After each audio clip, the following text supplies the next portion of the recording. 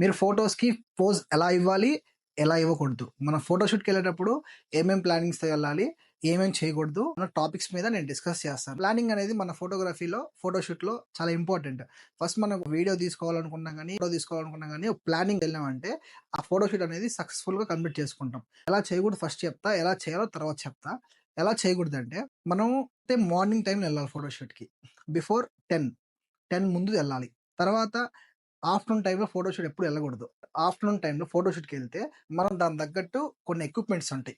Sun reflector గాని అయన్నీ use చేయాల. అయన్నీ మనం అంతా యూజ్ చేయలేం కాబట్టి మీకు షార్ట్ అండ్ స్వీట్‌లో ఎలా చెప్తా. సాయంత్రం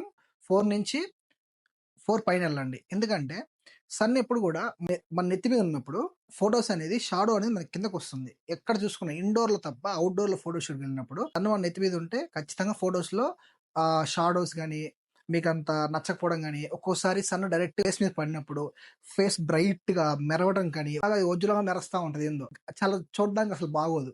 దాన్ని మనం ఎడిట్ చేసినా, ఎక్స్‌పోజర్ తగ్గించినా గాని, బ్రైట్‌నెస్ తగ్గించినా గాని, సాచురేషన్ తగ్గించినా గాని చాలా చెండాలంగా ఉంటది.